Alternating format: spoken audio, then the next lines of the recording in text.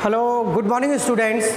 श्री अग्रसेन कन्या महाविद्यालय की ऑनलाइन क्लासेस में मैं आपका हार्दिक स्वागत करता हूं। तो बेटा आज हम कवर करने वाले हैं कि equation reducible to homogeneous equation. अब इसको होमोजीनियस इक्वेशन में किस तरह से चेंज किया जाता है।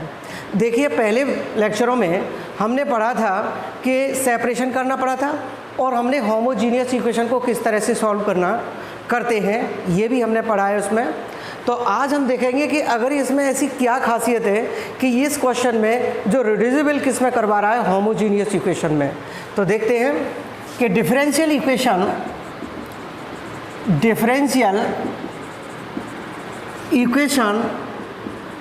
Of first order and first degree is the form ये कौन सी है? देखो, dy over D X equals to A x plus B by plus C upon A dash X और बी डैश बाई और सी डैश के बराबर होगा। इसको इक्वेशन फर्स्ट देते हैं। देखिए, ये हमें होमोजीनियस इक्वेशन में क्या करनी है कि परिवर्तित करनी है। तो इसके अंदर होमोजीनियस इक्वेशन की क्या क्वालिटीज़ होती थी देखते हैं यहाँ कि होमोजीनियस इक्वेशन होती थी कि D Y over D x है और ये जो हो गया ए एक्स और बी वाई अपॉन ए डैश एक्स और बी डैश बाई के बराबर होता था। अब आप उसमें से कॉमन लेते थे एक्स, तो a plus B by upon x हो जाएगा और इसमें लेते थे आप क्या कि इसमें x कॉमन ले तो a dash x B dash by upon X इससे कैंसिल हो गया तो a plus B upon X, ठीक है, अपॉन के a डैश और b बाई अपॉन एक्स। इस तरह से ये परिवर्तित हो जाता था। तो ये फंक्शन बनता था आपका किस में कि बाई अपॉन एक्स में ये फंक्शन बनता था, ठीक है। तो इससे प्रूफ हो गया कि ये होमोजीनियस इक्वेशन में ट्रांसफ़र हो गया। अब इसमें इक्वेशन फर्स्ट में आते हैं कि इसमें ऐसी क्या चीज़ है जो बढ़ी हुई है कि जो कि हमें होमोजीनियस इक्वेशन में जाने से रोकती है। वो है इसके अंदर क्या? कांस्टेंट। ये c है और एक c डैश है। इन दोनों को हटाना होगा। क्या हटाना होगा? इन वैल्यूओं को हटाना होगा। देखिए, इसमें क्या होता है, इसके अंदर एक चीज़ और देखते हैं बेटा कि सबसे बड़ी चीज़ होती है कि a अपॉन ए डैश हो गया और b अपॉन बी डैश, यानी दोनों कैसे होने चाहिए? डिफरेंट होने चाहिए। ये दोनों वैल्यू कैसी है? डिफरेंट है और एक कांस्टेंट हटाना है। तो सबसे पहले हम क्या करेंगे कि x के स्थान पर यानी कुछ ऐसी प्रॉपर्टीज़ भी अप्लाई करनी पड़ेंगी कि जिससे ये c और c डैश इसमें से हट जाए। तो देखिए क्या है कि स्मॉल x बराबर अप्लाई कर दीजिएगा आप कितना?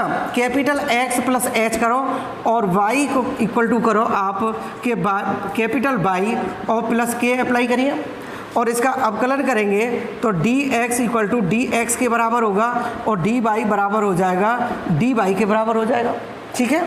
अब यहाँ आ जाइए। इसमें जब यहाँ आ जाएंगे तो क्या रखेंगे इसको समीकरण एक में कि dy ओवर dx प्राप्त होगा, D y over D x प्राप्त होगा और क्या आ जाएगा इसमें ऊपर कितना आ जाएगा कि a x के स्थान पर x प्लस h और प्लस b और into by plus k apply किया और प्लस c और अपॉन कितना हो जाएगा a डैश और x डैश प्लस h नहीं x और प्लस b डैश और बाई प्लस k अप्लाई हो गया और प्लस c डैश है। तो क्या होगा कि dy ओवर डी एक्स आ जाएगा और ये हो जाएगा आपका ए एक्स और ए एच और बी बाई और प्लस बी के और प्लस सी और अपॉन ये हो जाएगा कि ए डैश एक्स और ए डैश एच और B dash by plus B dash के और प्लस सी डैश के बराबर है।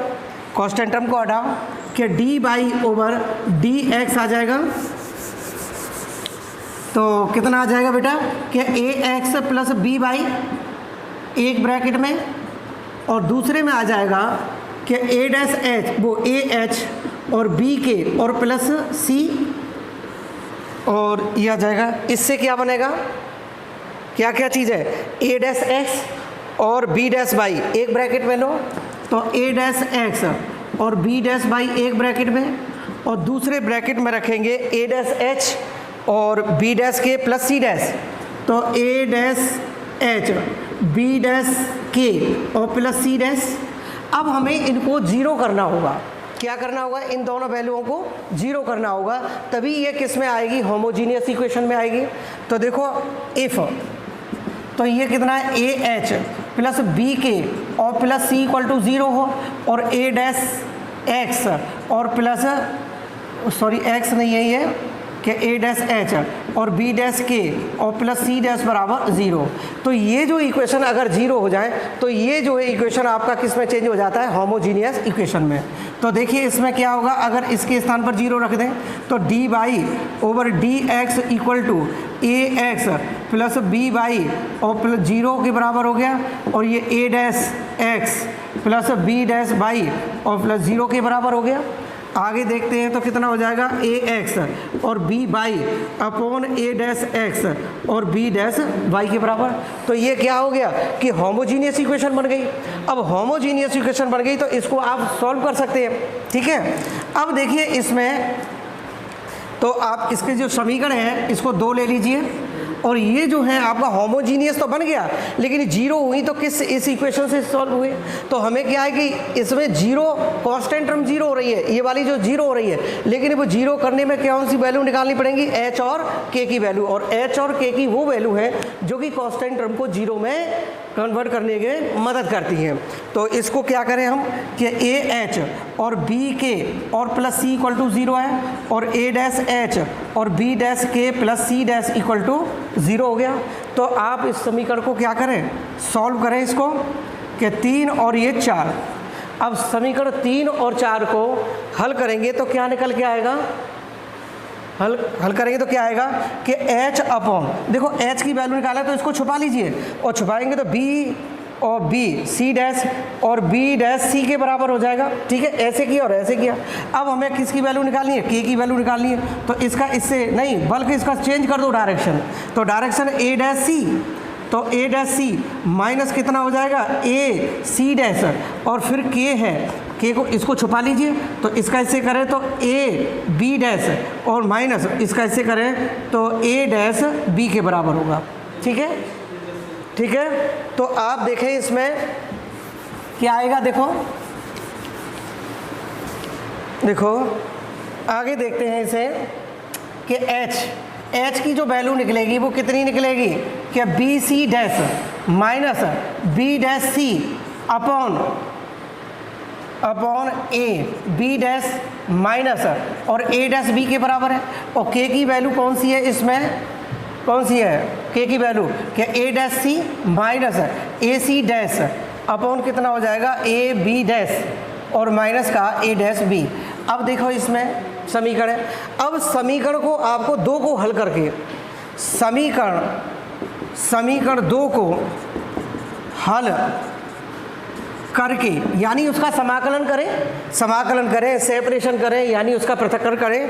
करने के बाद समीकरण दो को हल करने के बाद और h और k का मान रख देते हैं। तो हल करने के बाद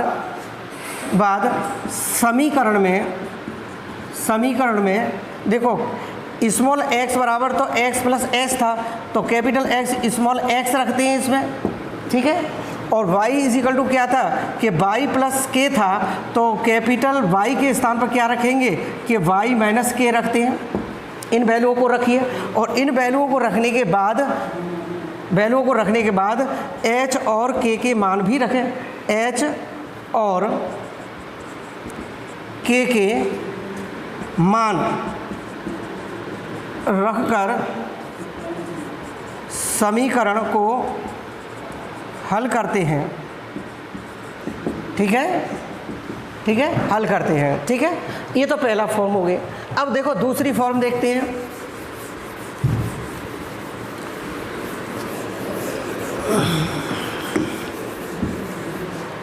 दूसरी फॉर्म देखेंगे, इज दी फॉर्म देखो D Y over D x तो यही रहेगा। तो देखो a x plus B y plus C upon A dash x B dash y plus C dash के बराबर है, ठीक है। अब इसमें क्या होगा कि ए अपॉन ए डैश और इक्वल टू ऐसे ले लीजिए कि A B dash minus A dash B equal to 0 के बराबर है। तो देखो ए बी डैश बराबर ए डैश बी, तो ये कितना हो जाएगा ए डैश अपॉन ए और बी डैश अपॉन कितना हो जाएगा बी इजिकल टू के बराबर हो गया। तो ए डैश बराबर कितना हो गया ए के और बी डैश बराबर हो गया बी के, ठीक है। अब इसको यहाँ रख दीजिए इसमें, ठीक है। तो देखो D Y over D x और ए तो है ही इसमें एक्स प्लस बी वाई और प्लस सी अपॉन ए डैश की वैल्यू रखेंगे तो ए के एक्स आ जाएगा, प्लस बी की वैल्यू रखेंगे तो बी के बाई और प्लस सी डैश हो जाएगा, ठीक है। अब d Y over D x है, तो d Y over D x है तो कितना आ जाएगा कि a x plus B y plus C upon इसमें से कॉमन लेंगे तो के और a x plus B Y और प्लस सी डैश हो गया, ठीक है। इसको एक ले लीजिए आप, इस तरह से ब्रेक कर देते हैं। अब हम क्या करेंगे कि a x plus B y equal to आप वी अप्लाई कर दीजिए, फिर हम क्या करें इसका अवकलन करें तो a प्लस बी और d Y over D x हो जाएगा और देखो D we over D x हो जाएगा ना बेटा। अब हमें d Y over D x की वैल्यू निकालो, तो d Y over D x d Y over D x की वैल्यू जो निकालेंगे तो 1 अपॉन बी और D we over D x minus a के बराबर होगी। देखो ए को इधर कर दिया और बी से इसमें क्या दे दिया भाग दे दिया, तो देखो D Y over D X equals to 1 upon B और देखो D V upon D x और ये ए अपॉन बी हो गया, ठीक है। अब यहाँ रख दीजिए इसको कि 1 upon B D we over D x और इक्वल्स टू ये माइनस ए अपॉन बी और इक्वल्स टू कितना हो जाएगा बेटा, ये v के स्थान पर v प्लस सी अपॉन ये कितना हो जाएगा के v प्लस सी डैश के बराबर है। इसको ट्रांसफ़र करो ये वाली कांस्टेंट टर्म को, तो 1 अपॉन बी और D we over D x और ये a अपॉन बी और प्लस ये v प्लस सी अपॉन के वी प्लस सी डैश के बराबर है।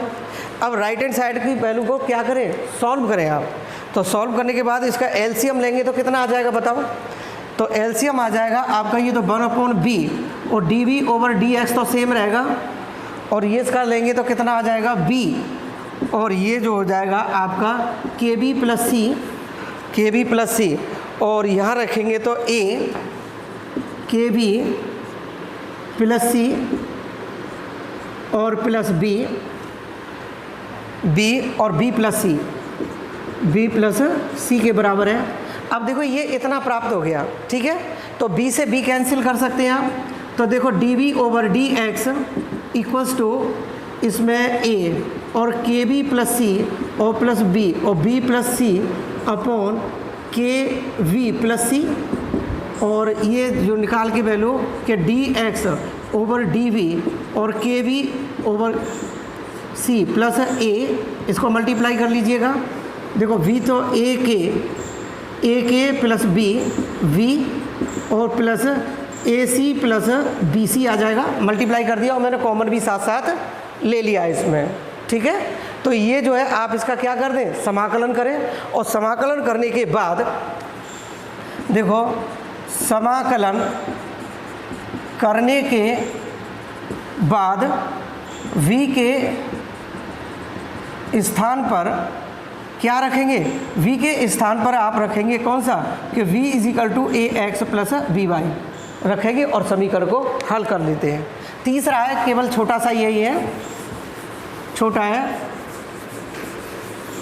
देखो तीसरा है इसमें, तीसरा है कि D Y over D x और a x plus B y plus C upon कितना हो गया a dash x B dash और प्लस सी के बराबर सी डैश के बराबर है, ठीक है। यदि इसमें सब अलग अलग हों कि ए अपॉन ए डैश और ये हो जाएगा B upon B dash C upon C dash equal to के मान लेते हैं, तो आप इसको A equal to A dash के हो गया और बी इजिकल टू क्या हो गया बी डैश के और सी इजिकल टू सी डैश के बराबर हो गया। आप इसमें अप्लाई कर दीजिए कि D Y over D x हो गया बेटा और ये जो वैल्यू आएगी कि ए डैश के एक्स बी डैश वाई के और सी डैश के बराबर हो गई और सी डैश के बराबर है और ए dash x B dash y plus सी डैश के बराबर है, ठीक है, मैंने कुछ नहीं किया, केवल ए बी और सी के मान रख दिए।